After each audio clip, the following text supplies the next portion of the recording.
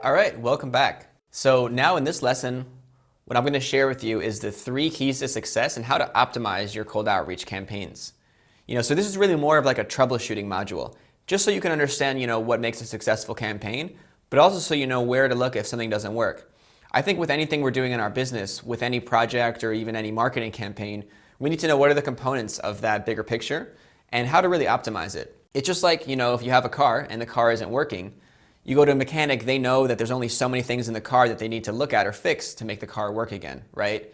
So I think it's really important, before we go into anything, that we know what needs to be looked at or what we need to adjust. That way, if things don't go the way we want or we don't get the results we want, we have a plan B and we know how to fix it. And again, that is going to happen. No matter how good you are at this stuff, there's always going to be a marketing campaign that doesn't go the way you want and doesn't get the results you want. It's totally okay. We're just experimenting here. Everything's a learning experience. So I'm going to give you the tools here as far as what to look at and what needs to be improved if you want to make your campaigns perform better. So the 3 keys to success, the only 3 things that contribute to the success of an outbound prospecting campaign is the volume, as far as how many people you're reaching out to, targeting, and the messaging.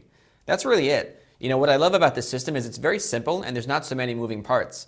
If you're going to launch a Facebook ad campaign and your Facebook ad campaigns aren't profitable, there's so many things that could be attributing to that. It could be the campaign infrastructure and how you structured the campaigns. It could be the creatives, it could be the copy, it could be the headlines or the images or the videos or the targeting and so many other things. So thankfully here, there's only 3 things you really need to look at if you want to improve your campaigns and make them perform better. First is the volume. That's just, how many people that we're reaching out to every single week. And again, like I've said many times in this course, sales is a numbers game. If you reach out to 10 people and you're wondering why you didn't get any clients yet, it's because you only reached out to 10 people, right? So it's really important that, we're always getting as much volume as we can. So how can we actually go about getting more volume and reaching out to more prospects each week? Well, there's a few different things. Part of it comes down to the efficiency.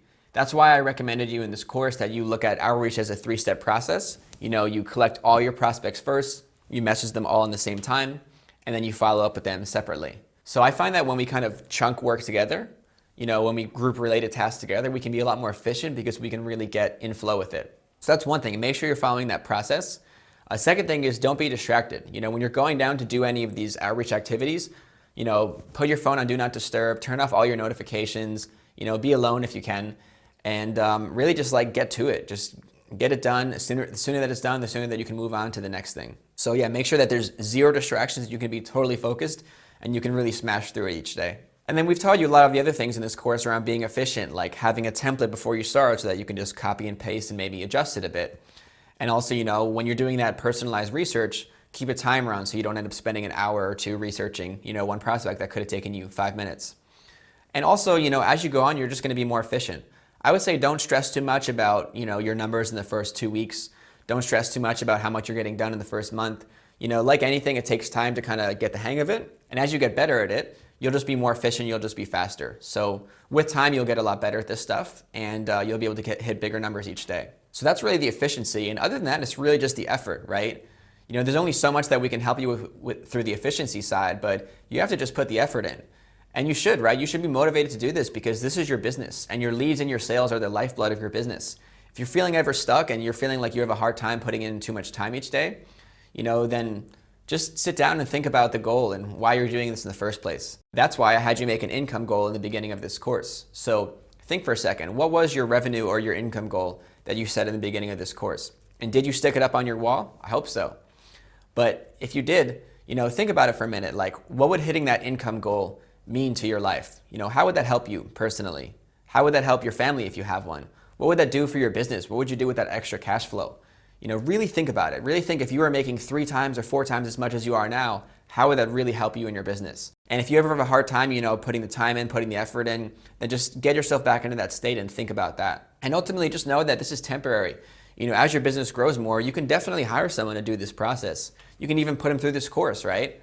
So ultimately, you just got to put in the work, hustle through this now, get your business going the way you want it to, and then one day you can really systemize and delegate a lot of this process. And if you're having a hard time, being consistent with your effort, then don't put too much pressure on yourself. Just try to do an hour a day minimum in the beginning, actually messaging prospects, and just kind of master the art of showing up to do this, because consistency matters much more than intensity with this stuff. And then slowly, build up more. See if you can get an hour and a half or 2 hours a day. And if you have a hard time keeping up with habits or being consistent in general, I definitely recommend the book Atomic Habits by James Clear. Definitely the best book I've ever read on the subject of discipline, consistency, and building habits. So if that's an area that you want to get better with, then definitely pick up that book. Those are some tips I can share with you from an effort and efficiency standpoint, but there's some other things you can do to get your volume up as well on a weekly basis.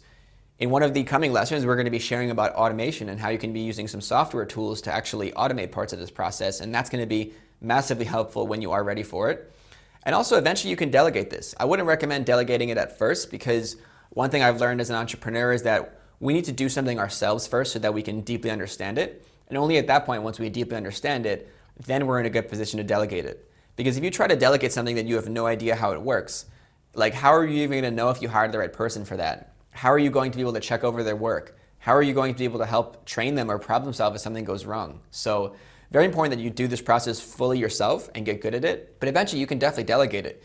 You could delegate the whole process one day, or you could delegate parts of it. You can delegate some of the easy parts of it to a virtual assistant, such as the list building, or even sending out the first message to prospects, or even sending out the follow-ups to prospects that haven't, responded to you in the last month. So you could definitely even just delegate certain parts of this. But first things first for now, just keep doing it yourself. But just know that eventually when you really, really want to scale this up, you can get some team members to help you out with this. So that's the first bit, the volume. Again, don't put too much pressure on yourself at the beginning, but just know that in the long term, the more volume you can get, the more prospects you can reach, the better chance you have at getting more growth in your business. The second bit, the second key to success is the messaging. So yeah, ultimately, what you're saying is a huge part of this, right? A key to having good messaging is doing all of that prep work, all of that research, really being a student of your market, really trying to understand your ICP and your buyer persona as much as possible, and doing as much research as you can to really understand their pain points, their needs, their goals, and revisiting that buyer persona worksheet we did earlier in the course. So, the more that you can really do the research and understand your target market, the more that the copywriting and the messaging kind of just writes itself. And thankfully, we've provided you tons of really helpful templates and scripts in this course. So that's going to definitely get you off the ground. But yeah, the messaging is a big part of it. If you're not getting the results you want in your campaigns and you are getting a really significant volume, you got to look at, what your copywriting is and what your messaging is saying. Again, this is why, those customer interviews are really, really going to help you out, because, that'll be a great way to get a better understanding for your market. And what you can do is you can take one of your outreach templates and you can just show it to someone else. I mean, really, you could show it to anybody, but best case scenario is show it to somebody who understands your field, like maybe someone on your team, or even show it to a customer of yours, right? Just say, hey, if I sent this to you, do you think this would catch your attention, right? So you can always get another opinion if you're getting stuck on the messaging. But yeah, that is definitely a big part of it. And it's just a series of testing, right? Sometimes you just need to kind of go through the rounds of writing a message and trying a different one and trying a different angle, maybe talk about a different pain point, maybe talk about a different goal, maybe try long copy versus short ones. Even though we recommended keeping it short, you can definitely test the long ones sometimes, because you never know what's going to work with your market. Everyone's different. So if your messaging isn't really working great, sometimes you just need to swap it out for a new one. You're never going to have the perfect template, right? You're always just going to be kind of testing and trying to find different templates that work better. Even when I have something that's working really well in one of our campaigns, I'm always still writing new templates, because A, you want to keep sharpening the skill, but B, you want to see if you can even beat that one and get more results. So just know that you're always going to be, rotating in new copy and trying new things. And if a campaign isn't working, then you definitely want to switch up the messaging. Now, a good number you can look at is maybe like 300 to 500 prospects. So if you've messaged 300 to 500 prospects and you haven't gotten any positive replies and no leads, then it's a good chance that you need to look at either the messaging or the targeting, which I'm going to cover in the next bit. So again, don't go message 10 or 20 people and then go change your whole campaign if you didn't get the results you want. Give it at least a few hundred. That way you have enough data to show you, okay, something's off here, and I need to change something with either my messaging and swap in new copy, or I need to change the targeting. And again, if you need to go back to the earlier lessons on messaging when you're getting stuck, use the checklist that we spoke about earlier in the course for the messaging principles. And just keep those resources handy when you're working on your messaging. Now, the last key to success is the targeting. Who are you actually reaching out to? So again, outreach is simple. It's really just about getting the right message to the right person and doing that enough times. There's not many moving parts to this. So if you're not getting the results you want, you're either saying the wrong thing that isn't catching that person's attention, or you're just reaching out to the wrong person in the first place. So when it comes to targeting, there's a couple of things to keep in mind. If you've been in business for a while and you're super, super clear on who your best ideal client is, and what markets you've had the most success in, then this should be more of a breeze, but there's a few things to consider here. First of all, you might be reaching out to the wrong market. So maybe you're reaching out to the wrong industry. Maybe you need to try something else there. Maybe you're reaching out to the wrong company size. Like maybe if you're reaching out to small businesses, you should try slightly bigger ones. Maybe you're reaching out to the wrong geography. There could be a lot of factors, but those are usually the main ones to kind of think about and look back on. And there also could be external factors. Maybe you're reaching out to the right type of company, but it's the wrong time of year. If you were trying to help e-commerce brands and you were sending out messages like in the middle of holidays or Christmas time, they're definitely not going to be answering you because they're so busy at their peak season, right? But maybe a few months before the holidays and a few months before Black Friday, that will be the time that they're kind of planning their marketing campaigns and might be open to some new help.